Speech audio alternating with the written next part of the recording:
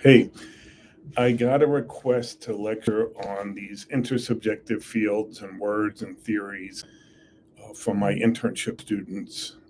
Um, but I thought I'd make a video and then perhaps people could watch this and then that would make the discussion deeper. So, some of the topics that people wanted um, to discuss and think about and learn more about were transference, countertransference, projective identification, induction, enactment, exchange. So, I'll try not to make this too long, but maybe a starting point for a deeper conversation. So, uh, Freud noticed that different clients had different reactions and different interpretations uh, to him working as a therapist at that time, and kind of created this idea that of a transference going from client to therapist. Now, these aren't new ideas in the world by any means, but kind of coined this frame in terms of psychotherapy. I think if we read the Buddhist literature uh, or anthropology, that there are projections that people and cultures do onto the external world and make different meanings out of this. So, give a quick example. I remember uh, having back-to-back clients, and the first one came in and was talking and said, "Oh, you understand? You went to private schools, right? You went to one of these B-list Ivy League schools for college," and then kept talking. And this is the way this client wanted to, needed to, desired to see me at that time, and I didn't interrupt that. And then the next client came in and was talking and said, "Well, you understand all this, right? You never graduated from college. Uh, you kind of lived through the life of hard knocks in some way." And again, the client kept talking and I didn't interrupt this. And this is the way they needed to see me, at least at that moment, at that time.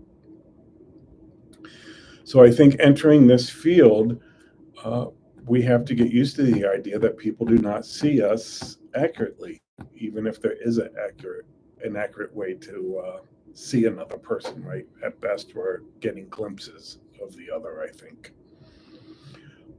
And then Freud felt that because of the transference, uh, that would bring up feelings, thoughts, impulses within the therapist, which was labeled countertransference. So initially, this idea of transference was uh, therapist reactions created from the client's transference.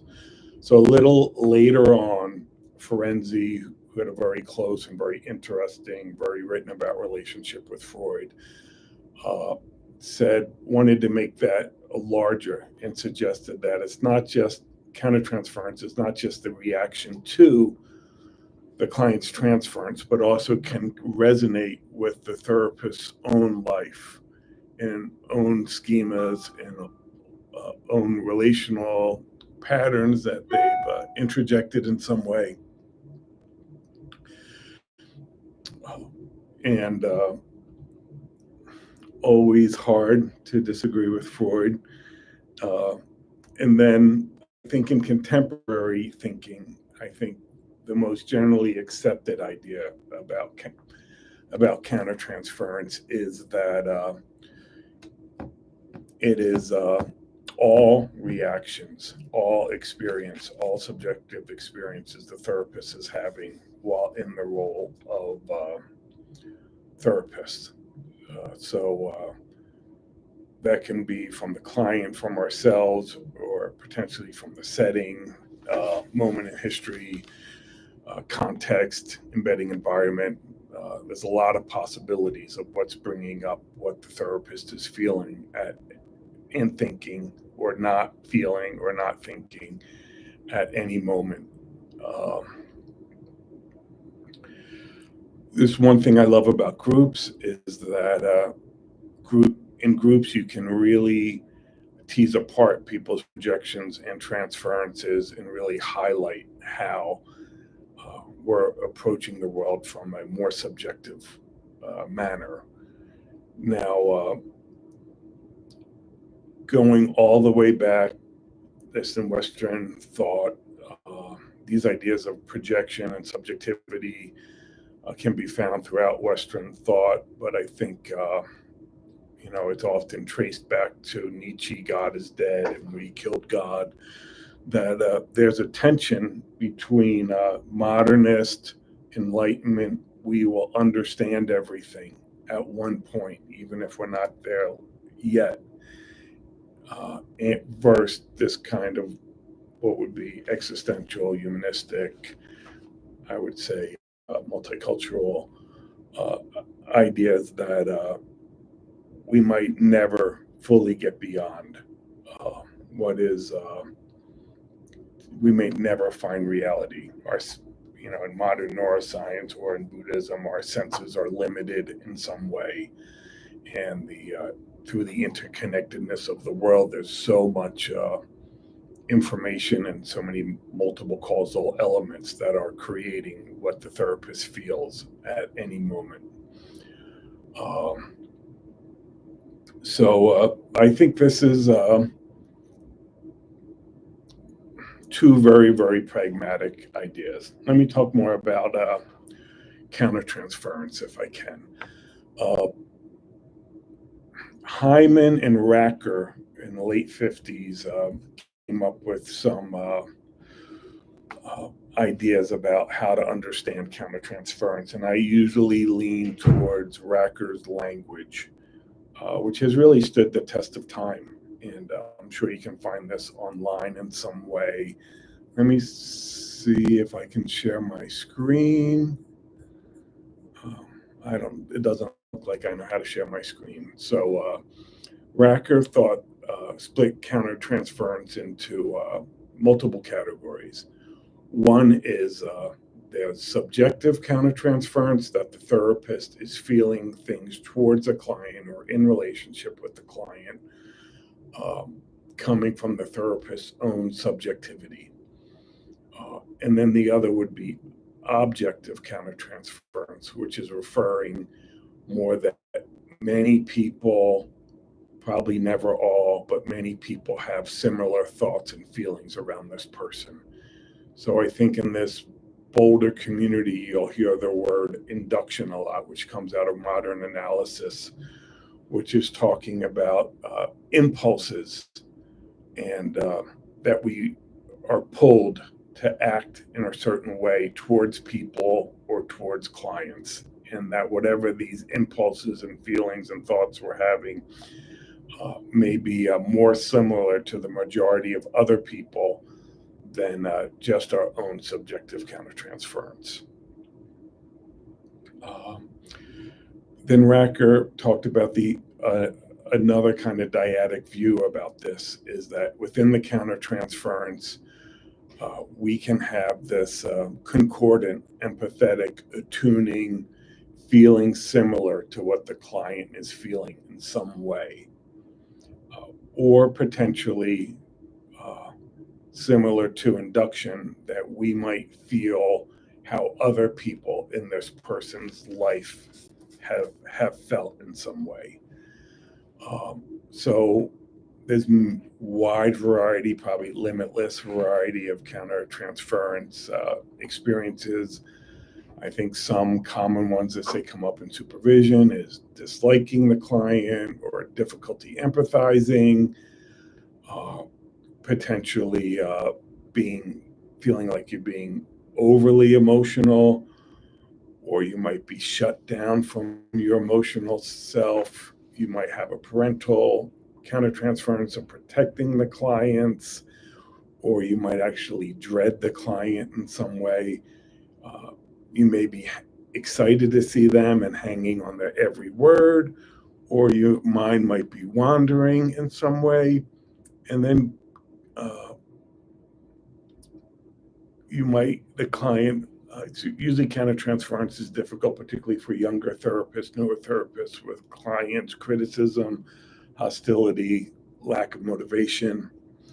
And that will induce some of our models of how to work with conflict, or potentially when countertransference is strong, we are actually losing our ability to think and maybe getting regressed and going unconscious within ourselves and responding in any number of ways of avoiding, of having reaction formation, trying to do the opposite with the client of how we're actually feeling in some way.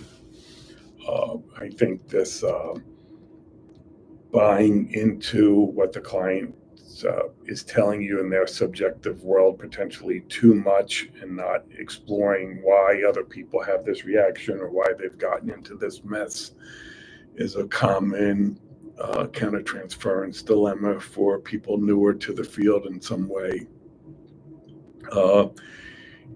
You may have a countertransference reaction where you'll want to avoid a certain topic. You may see the client as very fragile and that you can do nothing other than empathize with them in some way. I think for my practice, I generally, almost in every session, try to demonstrate some kind of accurate attunement, empathy, that I'm understanding the client's experience. These can be small, yes, or narrating back something to the client, or even having an emotional response. I think my wife is gifted, trained very hard at, instead of just giving a cognitive response from countertransference, giving an emotional response of how terrible, or how fucked up, or what bullshit, or this is tremendously sad. And I love these type of interventions. It can often get someone out of their cognitive storytelling into the emotion underneath. And you practice and you expand your empathy over time, where you can more accurately attune to what the client's unnarrated emotional experience may be in some way. And sometimes you're wrong, or sometimes you're right and they say you're wrong. And if there's a good working alliance, this can be discussed. No, that's not the way it is. Sometimes they clarify it more. It's more like this feeling or this experience. And you really want to promote this back and forth, I think, with clients, that they can correct you in some way. So, having edited a lot of work of Naropa faculty and graduates, this kind of sensitivity to our countertransference is really, really heightened, that people have learned to pay particular close attention to their cognitive, emotional, somatic reactions and responses. And sometimes I fear that it's bringing them outside of connection with the client, that the focus ends up being so much on one's own countertransferences and what's happening in the session. So let me say a few things about working with countertransference in some way. I think it's really, really good to notice it, talk about it in supervision. I'd recommend talking about it in your own therapy in some way, and figuring out what, if anything, you would like to do about these countertransference reactions. And I'm thinking particularly if this is kind of an objective, or what you see as a objective or maybe complementary countertransference, which I don't know if I've explained deeply enough here. So going back to Racker, late 40s, this complementary countertransference is that you have the impulse to act similarly to other people in their lives. So working with these feelings is you could try to get off the habitual enactments or habitual patterns or repetition compulsions of what's inside of you, what's inside the client and what's happening in the therapy.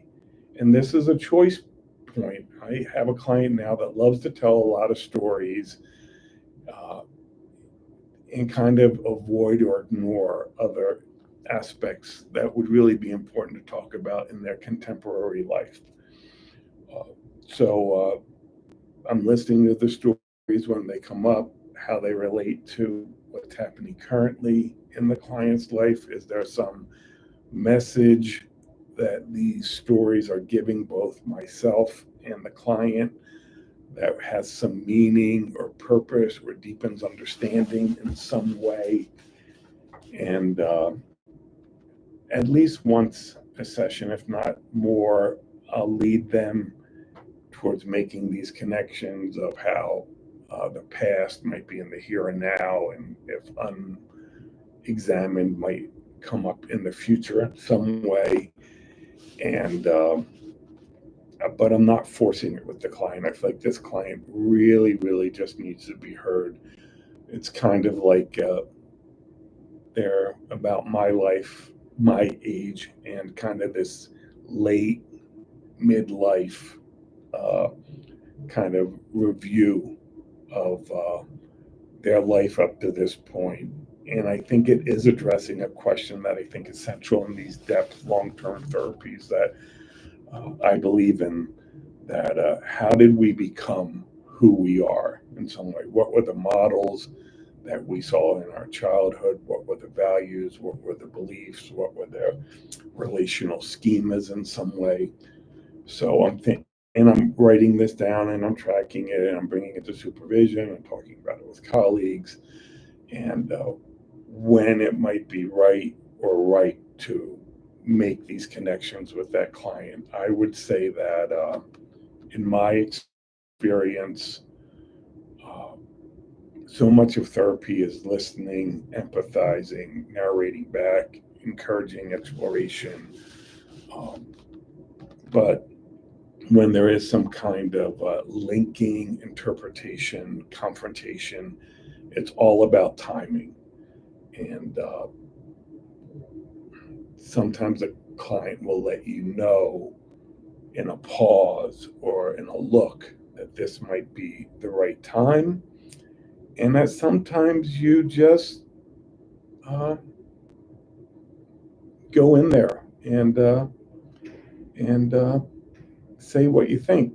So just give you working with the example of this client, which have very, very complex countertransference towards of great empathy, frustration with their avoidance of their current life, um, that I usually uh, might take a story they're telling and link it to some kind of pattern of coping or relating that they've alluded to in their current life in some way. And it seems like slowly we're making those links. If you believe in these concepts of habitual patterns or repetition compulsions in some way, that the past dictates the current, which could dictate the future in some way. Um, and this client transference towards me at this point is as if I'm all knowing and wonderful. And eventually, hopefully, we work towards having a realistic understanding of each other. And in my view, I think this is very, very much growth oriented, maybe from the Buddhist existential perspective, that we're moving towards trying to get close to reality, what is actually true in some way. Or I can think about it, say, from Melanie Klein in Object Relations, that moving from idealization into the depressive stage of ourselves, others, and the world have many wonderful qualities and also many, many flaws and limitations. Or to pull something else out of the West, that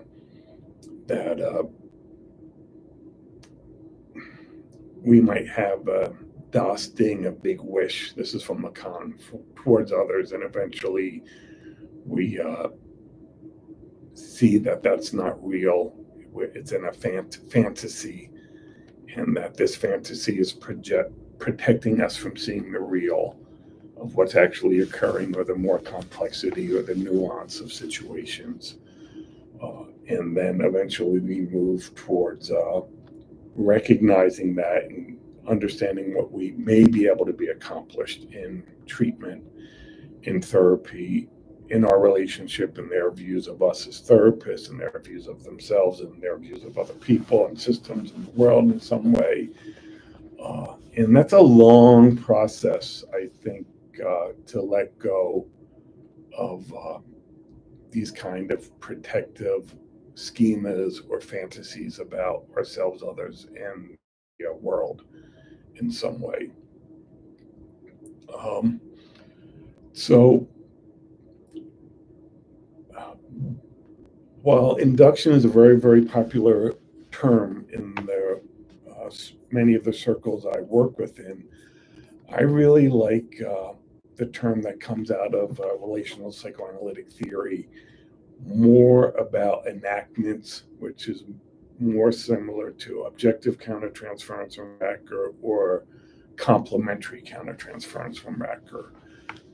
We are having impulses and pulled to go into acting in a way that's in the client's fantasies, drama, narrative, script, that clients will find ways in which we might be wonderful, or we're disappointing, or we're misattuned, in that they are trying to get us to play along in some way with their current views, because this is kind of self-protective. And it's hard to be in therapy and realize what you think might not be reality, and there's other ways to understand this. And eventually clients get here, and clients re-narrate their life story,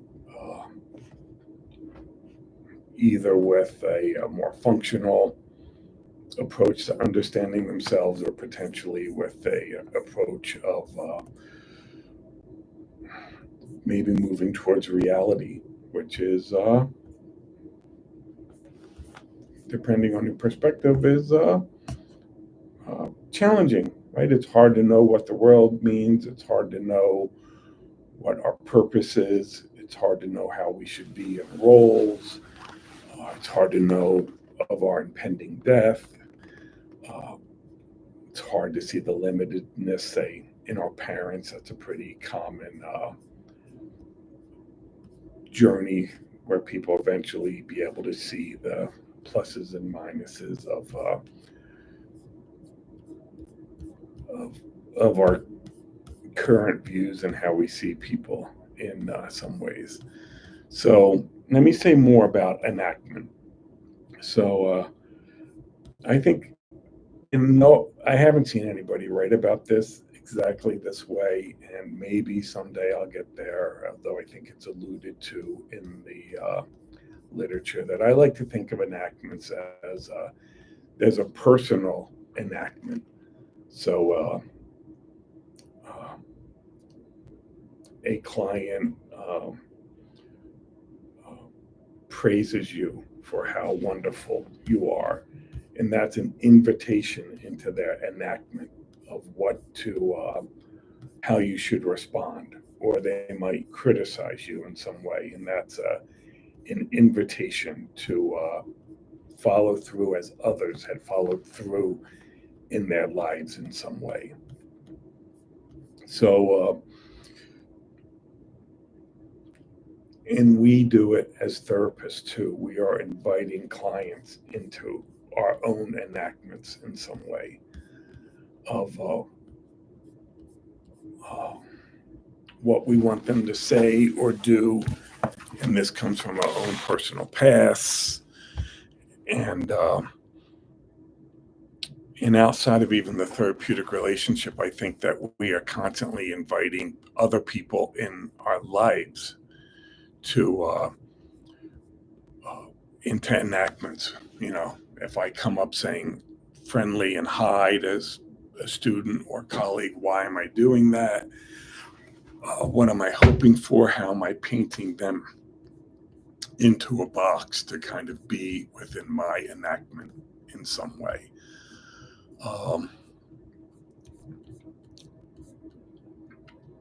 And the other enactment I really think is very, very powerful is these kind of socio-cultural enactments in some way, which is, say, from my identities, that I am in a script. I've been primed and organized to act in a certain way out of my identities as is everyone else. And that we can be unconscious and just following these meta narratives that we're not aware of, and just fall into like kind of a cultural repetition compulsion in some way.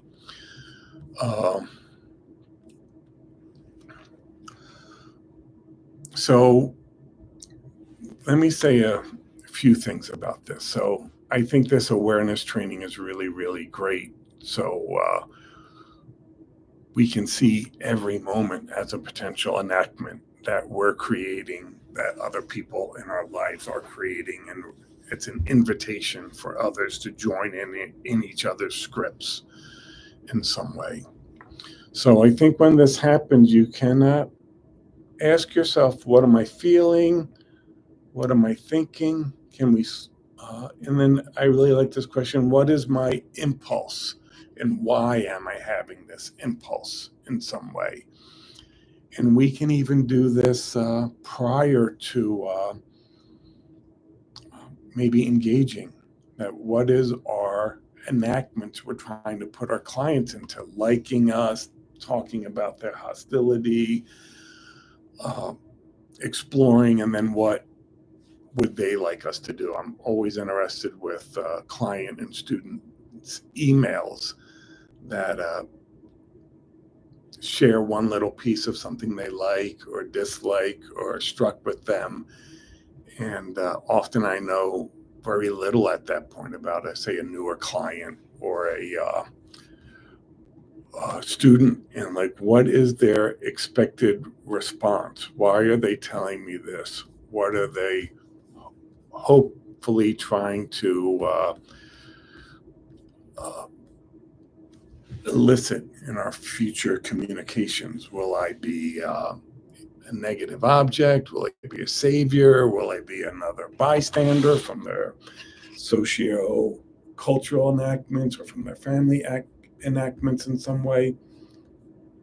So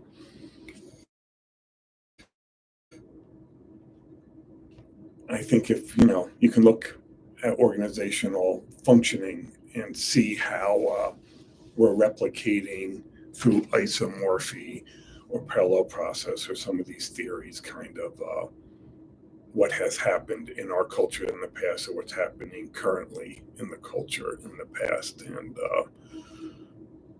I'll tie this in with a couple other thoughts here. So as I've aged in the field, the transferences that I've received and also the enactment invitations I received has changed as I've aged in some way.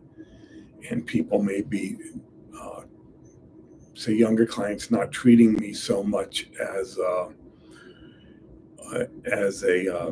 peer or potential enemy, potential lover, sibling, friend, and moved through a phase of seeing me more as an authority figure, a parental figure in some way. And that I just had a group recently where, and I do this much less than a lot of group leaders, but it came up, what do people think about me as a leader? It's a way of exploring transferences and projections in some way.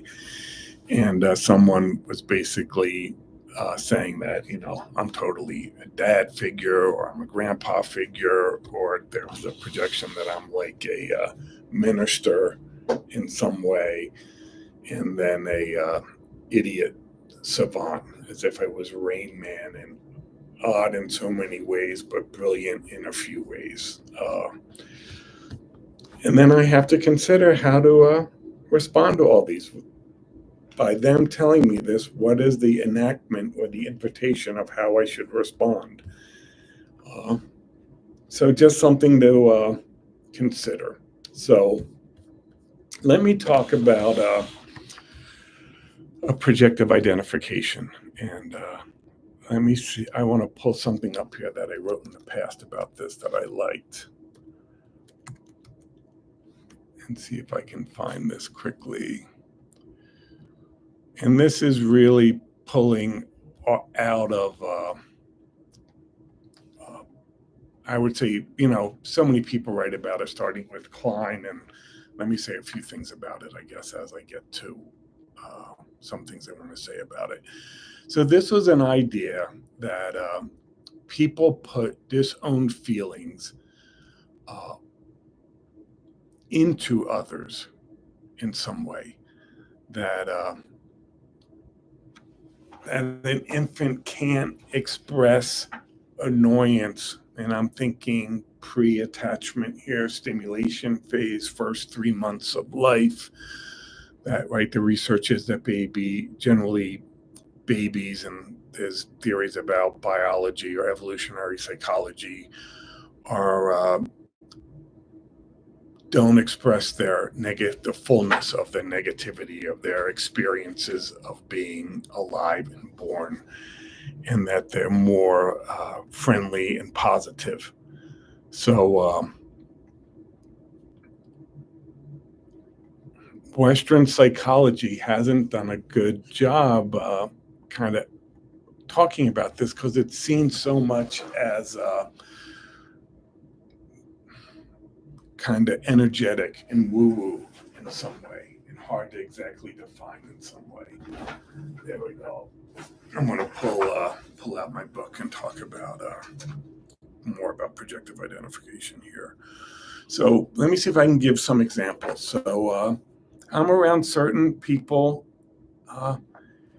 in my life who I just feel bad when I'm around, and they seem like they have it all together, and conversation's pretty neutral, but I walk away with some kind of feeling of self-hate or self-questioning. I think, working with younger therapists and working with mental health students, there's so much anxiety, and am I doing it right? Do I know enough? And I can walk out of a class and have those feelings in a very, very strong way that might be atypical for how I might typically feel in some way. Or I'm with, this happens differently across different programs, but when I was in MTC, clients would always come, and this is really not in the literature, and maybe someday I'll write about it, maybe someday one of you watching this will help me write about it, is that students would be so self-critical and so negative in MTC, and I'd walk away feeling so good about myself in some way. And I don't think this was sadistic domination. I think this was projective identification, that they were really disowning and not acknowledging their positive feelings about themselves, and they were in some way putting this into me. So I think as we get talking a little bit about exchange coming up here, that to me, this idea of projective identification really seems to fit well in a non-dualistic worldview in some way. If you can see that energies are reality, feelings are contagious, that there's things happening beyond the physical world, that there is no real separation between us and others, I think it makes more sense in some way. So, having a terrible time finding what I want to say here about this. Okay. So projective identification can be understood in a lot of ways. I think most simplistically, it's understood in as a defense and coping mechanism. You're with someone who's overregulated, and you might feel more emotions and more feelings as that is defended against within them and put on those of people around them in some way. And uh, you might have really strong feelings, say hostile feelings, or angry feelings, or even sadistic feelings, and that this could potentially be, and this comes up in this kind of bolder community of disowning or minimizing or spiritually bypassing negative feelings in some way, and that the client denies all these feelings, but somehow we feel those feelings in a really, really strong way. We have to be aware of it and try not to act out on it in some way.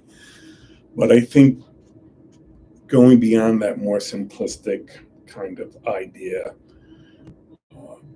there's other ways to look at it. I think a great place to think about projective identification is with empathy. So, in the new, that was an accepted configuration of personality disorders, the DSM-5, and the alternative section about personality disorders, they really highlight empathy as a lack of empathy, or misattuned or inaccurate empathy as a characteristic of personality disorders. And then, that some of the general classic views is that there's not a formed sense of self, a unifying, continuous ego, that there's not awareness of the fluctuation of thoughts and feelings as they go through as someone goes through their day, and that we might catch this. I'm thinking of people I work with, which have really unique ego states. And sometimes they're angry, sometimes they're flirtatious, sometimes they're anxious in some way. And how we might catch those in the projective identification, even though they don't acknowledge it. But I find generally people who are lacking empathy might have some work to do in creating this unified, functional sense of self with some observing ego. And of course, from the Buddhist view, ego is used differently in some way, and it's used in place of narcissism in some way. But when you're seeing these kind of lack of self skills, and I think you can look at those from Kohut or Hartman, impulse control, self-regulation, reality testing, planning, and not a bad list of these, what it takes to have a functional self.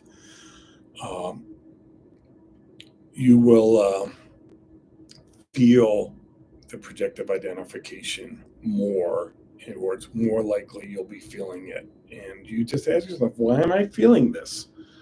The client's not presenting this, and it might be subjective countertransference from your history, but it could be this projective identification. So this is where long-term depth therapy on yourself and meditation practice, where you really know your thought patterns, the flow of your internal feeling states, where you can begin to sort through more of what is your more common subjective experiences and what might be something different. But to expand on projective identification, I think beyond a defense, I love this idea that it's a mode of communication. It's actually a way of a client being close to you.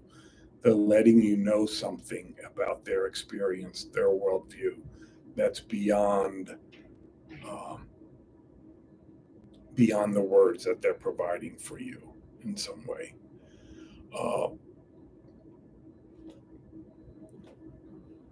So also part of projective identification, I think, is this idea of they're showing something about their internal worlds. So their subjective self representations and representations towards other people. And I like to take it further into how they view the bigger societal scheme or the world in some way. And then I like to see it as potentially a pathway to change, that they're being very vulnerable in one manner by sharing their disowned feelings and giving them to you.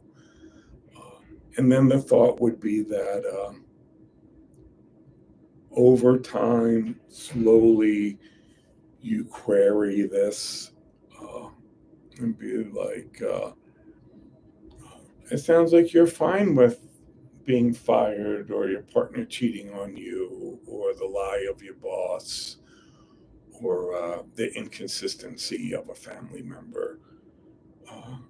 Right? Is there any other feelings in there?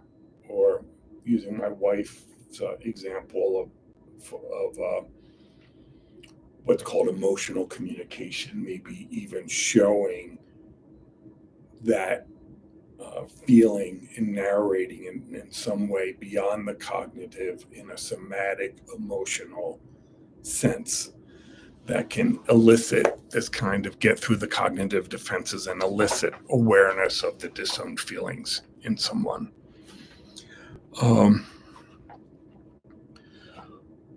And so, yeah, slowly you can help clients kind of reintegrate their projective identifications, and this, going back to earlier sections, kind of bringing them more towards the real or limitedness and good and bad of self and others in the world in some way. So it's hard to, I mean, the best way we learn about all these things, I think, is by clinical experience and then being very vulnerable with our supervisors to understand this intersubjective field and the ways of looking at it with our clients, and then also along with our own personal growth of understanding ourselves and our patterns and our own projections, as well as continuous academic scholarly study where we're in a contemplative education model comparing what other people think against our own lived experience.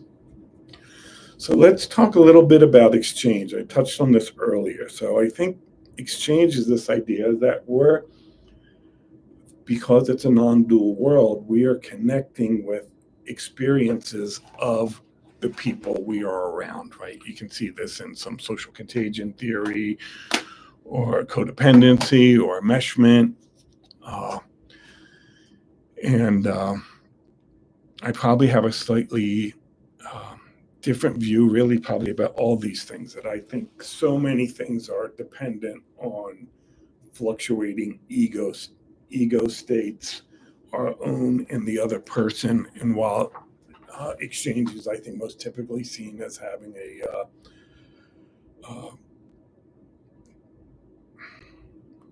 objective concordant, to use Racker's terms, ideas of connecting with a client experience, I think some of this may be disowned.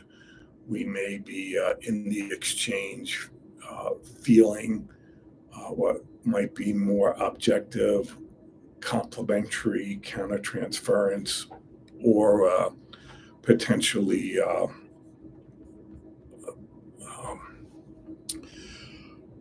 disowned states in some way. So we can explore it from that way. Like in this non-dual world, this is what I'm feeling, and what potentially might this mean in the exchange, what is happening below the surface, below what is seen in some way that can inform how we proceed. And then we can empathize with it, we can feed it back. Why do I feel so confused? Why am I feeling annoyed? Why do I have the impulse to uh, really be a protector, right? So this would be in the kind of other realms that would be the empathetic emotional contagion when working with our clients in some way. But I think one of the things I love most about exchange is that it's bringing a tremendous depth and challenge to the unseen, the unspoken, and opening ourselves up to feel more of the subtle energies and nuances that are happening between us and other people, and then to bring that into awareness to inform how we might proceed, which sometimes means not doing anything with it, just having awareness of any of these kind of intersubjective constructs we're talking about, and then exploring our impulses of what we want to do. Why do we want to do this? Is this our subjective countertransference? Is this a family or enactment we're stepping into? Is this a sociocultural enactment we're stepping into? Because this is what people do in our culture. I was just supervising someone who client had lost a baby at birth. Tremendously sad situation, and we explored their impulses and just the societal enactments, is to say so many stupid things like maybe it's for the best, it will make sense later, God knows better,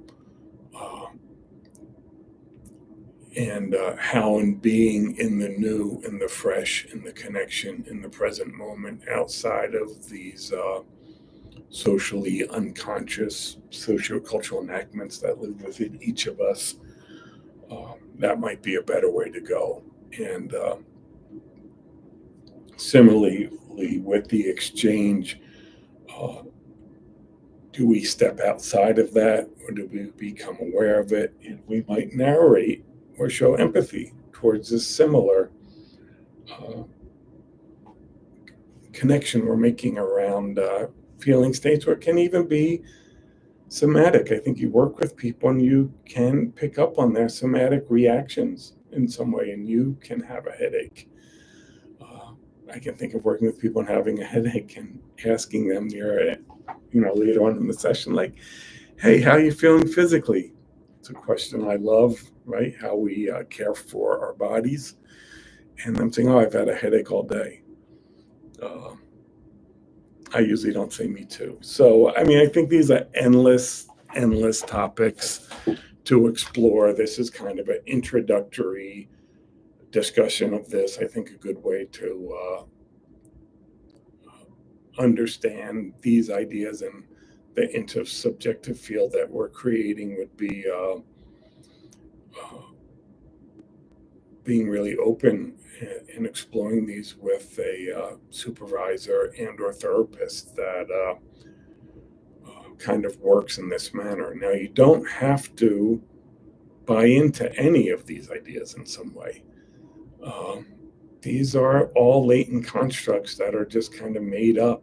Really, we never see transference. It doesn't weigh anything or has a particular size in any way.